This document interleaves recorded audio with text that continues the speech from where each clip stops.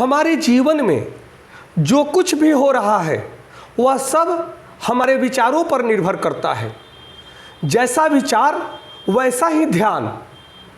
जो विचार हमारा है, विचार हमारे ध्यान को आकर्षित करता है, प्रेरित करता है, और जहाँ ध्यान केंद्रित होता है वही क्रिएशन होता है, वही कर्म होता है, और जो कर्म हम करते हैं उसी का प्रतिफल हमारे जीवन में प्राप्त होता है।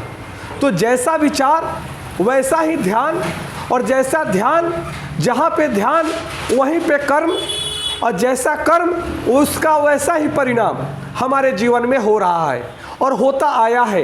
यह प्रकृति का श्रेष्ठ नियम है।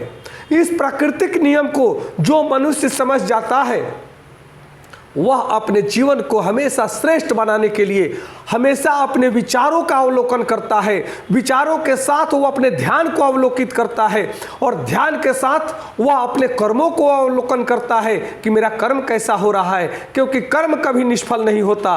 कर्म के अनुसार हमें फल का भुगतान करना ही पड़ेगा, और कर्म लौट कर हमारे जीवन में आता है कि जैसा हम कर्म करते हैं उसका फल सुख दुख रूप में, अच्छाई और बुराई के रूप में हमारे जीवन में आता ही है। इसे कोई नकार नहीं सकता, और कर्मों के फल को कोई देवी देवता भी नहीं बदल सकते। इसलिए अपने कर्मों को निरेखें, अपने कर्मों के साथ एकाकार होकर के, और किसी भी लोभ लालच ईर्ष्या द्वेष में कर्म न करें।